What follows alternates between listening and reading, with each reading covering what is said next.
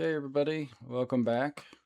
This is part 8 of 8, final lacquer application. So we're going to do 2 coats on each side. I usually do the back first. It really doesn't make any difference. That is just a Rust-Oleum lacquer. There's about 50 different brands. You can buy it in bulk and apply it yourself through a little spray gun if you want to. Second coat, let it dry. And I like the lacquer because it dries really quick. About an hour you can do whatever you want with it. We're going to apply 2 coats to the front.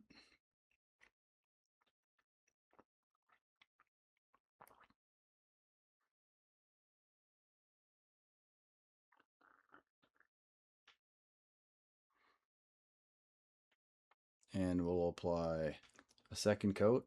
I always go the opposite direction. Try to make sure you get all the nooks and crannies filled in.